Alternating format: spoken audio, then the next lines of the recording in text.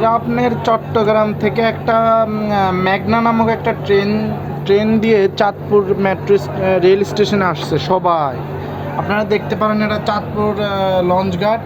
এরা সবাই চট্টগ্রাম থেকে মেঘনা নামক একটা ট্রেন দিয়ে চাঁদপুর রেল স্টেশনে আসছে।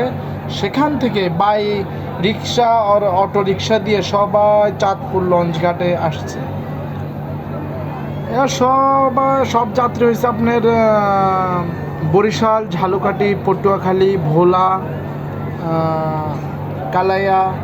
এরা সব আপনার ওইখানকার যাত্রী। এরা চাঁদপুর হয়ে নিজেদের গন্তব্য স্থানে পৌঁছানোর জন্য দীর্ঘ সময় ধরে প্রায় 10টা থেকে ওনারা এখানে এসেছে। এখন কি অপেক্ষা করতেছে, কখন বরিশালের লঞ্চ আসবে আমাদের জানা নাই। এখন রাত্রের বাজে 12:30।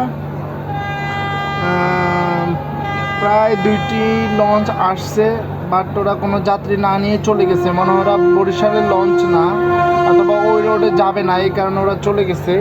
কিন্তু আপনারা দেখতে পাচ্ছেন এই সব যাত্রী এখানে, আপনি দেখতে পাচ্ছেন হাজার যাত্রী হবে। এরা সবাই অপেক্ষা করছে। এখানে ছোট বড় শিশু বাচ্চা সবাই এখানে এই পোর্ট বন্দরে আছে, চাঁদপুরের লঞ্চঘাটে। তো ওনারা সবাই আপনারা অপেক্ষা করতেছে বরিশালে যাওয়ার জন্য।